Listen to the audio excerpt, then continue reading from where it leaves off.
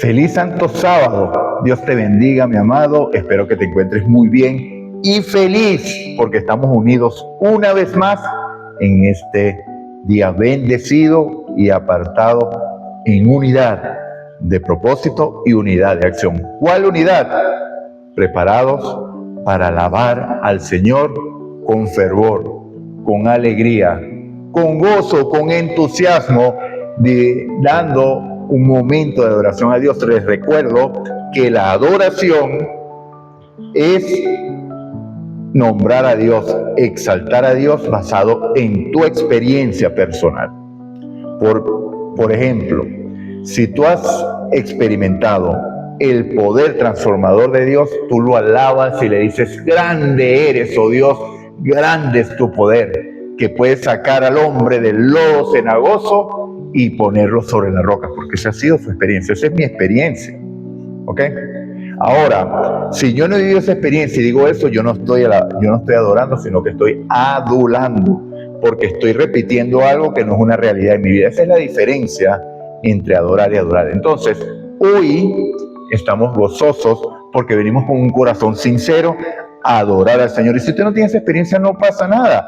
Usted ha tenido experiencia con el Señor y puede adorarlo conforme a su experiencia. Cada quien tiene una experiencia personal con Cristo. Y eso es lo que estamos celebrando hoy. Esa unión, esa relación que Cristo ha construido. Entonces, hoy estamos empezando una nueva lección número 12, uniendo el cielo con la tierra. ¿Cómo ha pasado el tiempo, no? Ya falta una sola y terminamos el trimestre. ¿Y cómo hemos conseguido el cielo? ¿Lo vemos más cerca? ¿Se unió el cielo y la tierra o lo vemos más lejano? Bueno, mi amado, si hemos seguido y hemos puesto en práctica todo lo que hemos estudiado a lo largo de estas 11 semanas ya, el cielo está más cerca.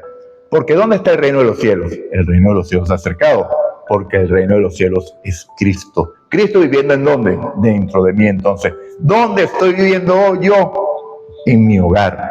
A pesar de que esté aquí en esta tierra llena de pecado, ya soy un ciudadano del cielo, un ciudadano de la tierra, o sea, del lugar celestial, porque no es tierra celestial, la tierra es este lugar de pecado hasta que sea purificada por medio de fuego.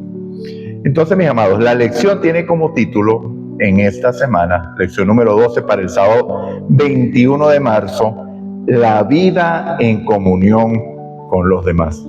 Lo hemos venido estudiando, ¿no? En esta semana que estudiamos Colosenses vimos la unidad, y la semana pasada lo estudiamos, que cómo en la iglesia se hace, Dios dijo en Efesios capítulo 2, creo que del versículo 16 al 22, si mal no recuerdo, de que esa pared intermedia fue derribada. Entonces los dos pueblos hizo uno solo, y lo que estabas lejos ya no estás lejos, sino que estás cercano. Entonces, unidos como en un edificio cuya cabeza es Cristo. Esa es la unidad, la vida en comunión con los demás. Pero para poder seguir avanzando, hay que buscar la compañía del que escribió esto, el único que nos puede instruir. Señor Dios y Padre nuestro que estás en los cielos, toda la honra, la gloria, la alabanza es tuya, mi Dios. Gracias, Padre, te damos por tu amor, gracias te damos por tu guía, gracias te damos porque tu Espíritu Santo está en control y nos ha tomado enteramente, oh Dios. Tu Espíritu Santo nos instruye, tu Espíritu Santo nos graba la lección y lo más importante, nos lleva a la práctica, porque no es conocerlo, sino vivirlo, Señor.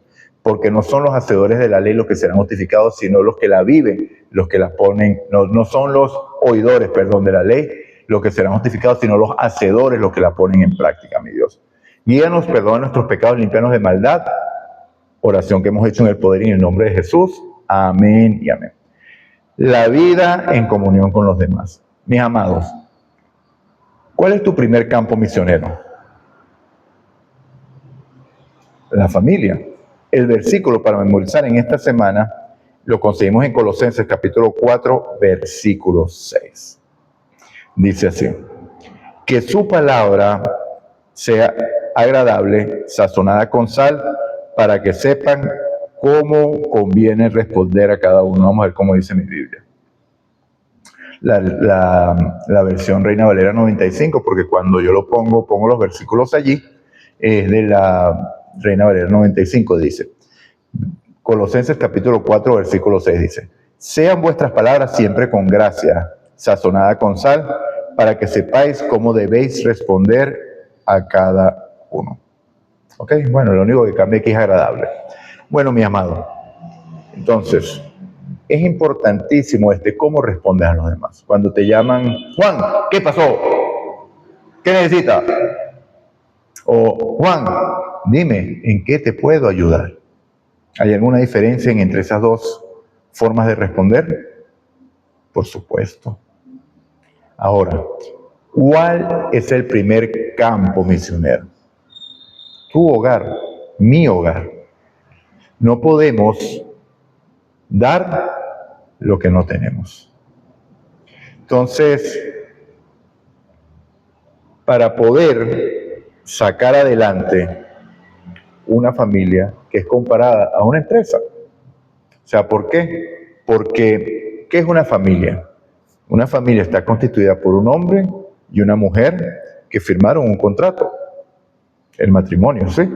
Bueno, y se hicieron un pacto delante de Dios, que entre nosotros sí hemos hecho un pacto, porque somos iguales. Yo hice un pacto con mi esposo, un pacto de fidelidad, un pacto de cuidado, un pacto de protección, y ella de cuidado también, de amor, de correspondencia, de todo eso, lo que hablamos en los votos bautismales, ¿sí? Entonces, hay un pacto hecho entre hombre y una mujer que en la parte civil se firma un documento, entonces se crea una empresa familiar, ¿okay? La cual se inicia con 2 socios y va creciendo en la medida que pasan los años porque llegan hijos. Pero, ¿cuál es el fundamento para que esta empresa funcione con bien? O sea, esta empresa llamada familia. Primero deben compartir estándares morales, ¿no? Porque si hay una persona que tiene que su moralidad, porque recordemos que el hombre no define lo que es bien y mal. Porque, y sobre todo nosotros que estamos aquí en los países latinos, tenemos una tendencia del vivo, ¿no? El vivo. Entonces, bueno, si yo soy alguien en los negocios y puedo de repente tomar ventaja de alguien, eso no tiene nada de malo, eso me genera. Pero tu esposa comparte esos mismos ideales. Entonces hay una ruptura. Hay un yugo desigual. Entonces, debe haber un estándar moral unificado, que es lo otro que debe existir. Metas en común. Porque si yo estoy en mi mente queriendo comprar un carro, pero mi esposo una casa, no vamos a trabajar en unidad.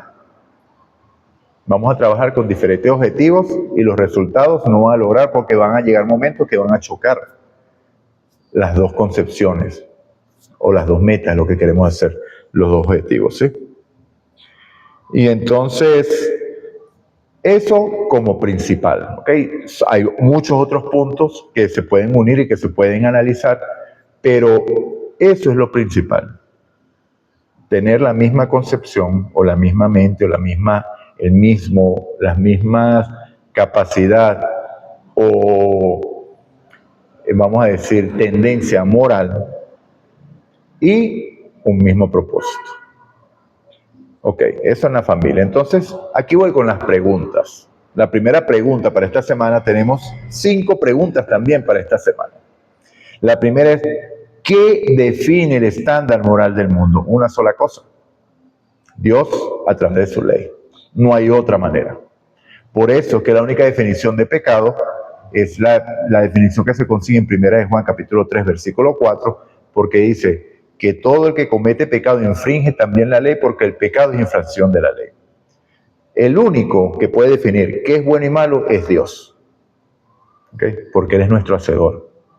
Es el que define cómo vamos a caminar, cómo nos va a guiar en este diario vivir.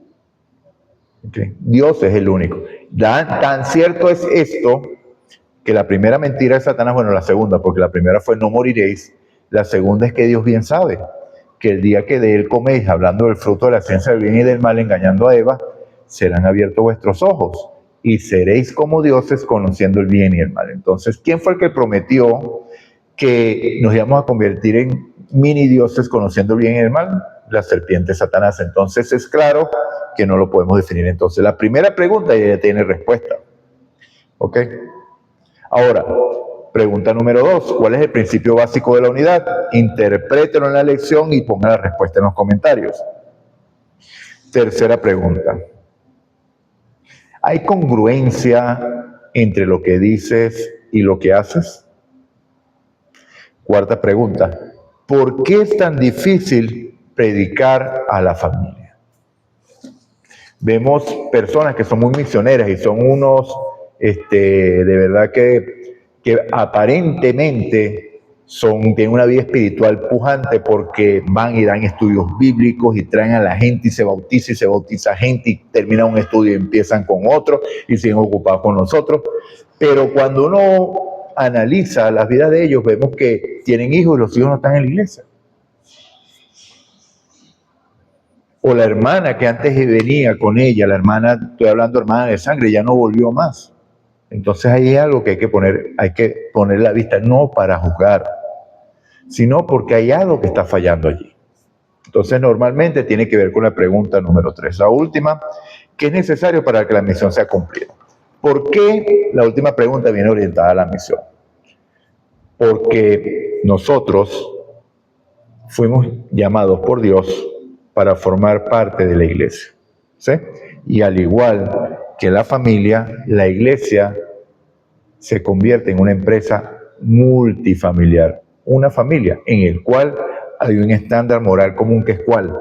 La ley de Dios y la dependencia de Dios. Y hay una misión específica.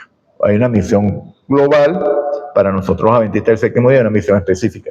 Pero vamos a hablar nada más de la misión global. Entonces, hoy es un tiempo en el cual se habla mucho de la unidad, porque la unidad es necesaria. Claro que sí, porque sin unidad no hay misión.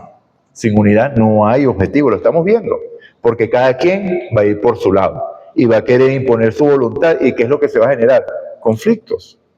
En un matrimonio son dos personas diferentes que se unieron y sus diferencias son limadas, se adaptan o se aceptan uno al otro y son transformados en pro de la construcción de esa relación. En la iglesia no es distinto. O sea, cuando unimos una junta de iglesia, ahí tenemos, depende del tamaño de la iglesia, 5, 10, 15, 20, 30, 50 personas, y cada una piensa de una manera distinta, cada una tiene un carácter, cada una tiene una forma que ha aprendido la vida, cada una tiene una crianza, ¿okay? Entonces, si estas personas dan rienda suelta a la manera como ellos son, y no es sometido a eso bajo el poder del Espíritu Santo, ¿qué es lo que va a pasar? Como pasa en algunos lugares, porque no lo vamos a negar, desastres de reuniones. ¿Okay? Porque ¿quién está mandando ahí? El hombre. Pero cuando todo eso queda sometido al poder de Dios bajo el Espíritu Santo, ¿qué sucede? Hay unidad. Entonces, ¿cuál es la mejor manera para iniciar esa unidad necesaria? Recuerden que el derramamiento del Espíritu Santo vino cuando estaban unánimes en oración. Antes de eso, ¿podemos ubicar momentos en que hubo conflicto entre los discípulos? Por supuesto que sí.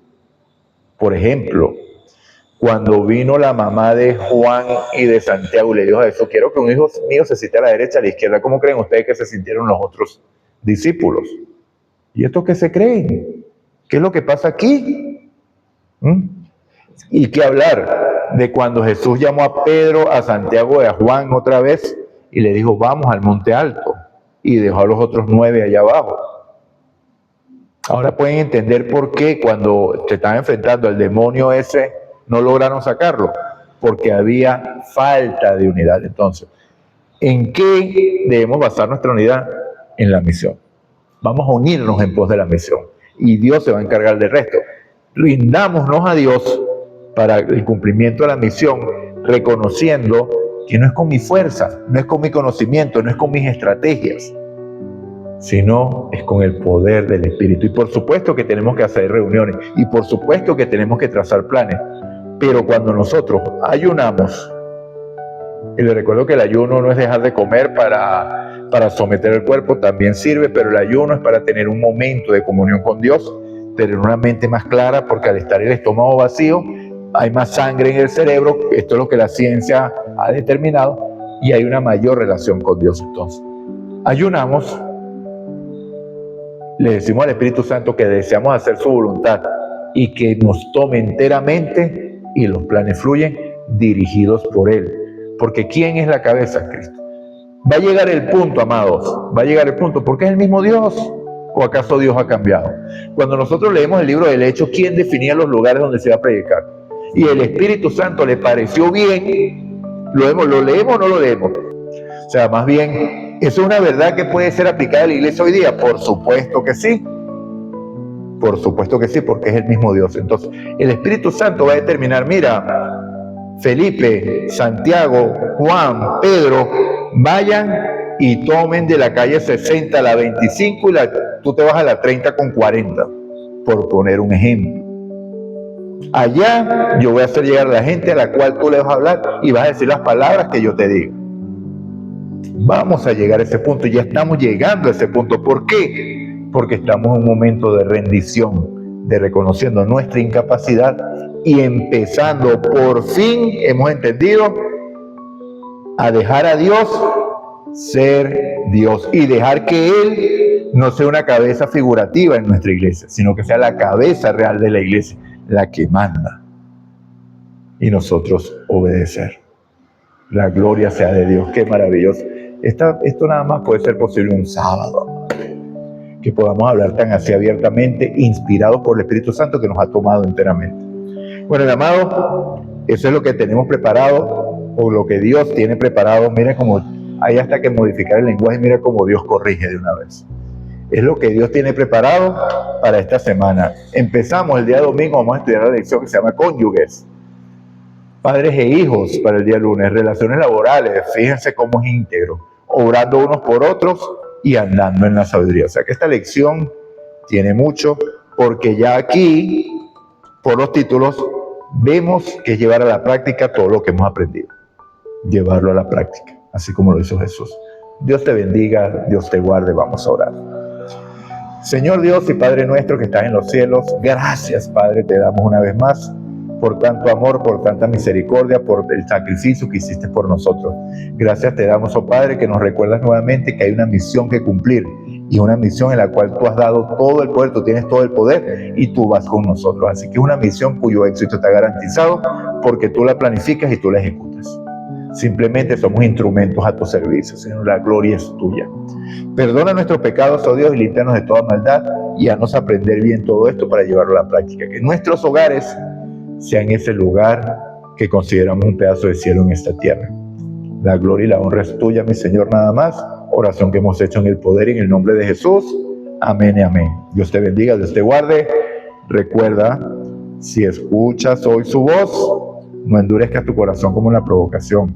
Ya no hay momento para eso, amado. El tiempo es muy corto. El mundo está encendido, ¿o acaso no lo ves? Maranata, Cristo viene.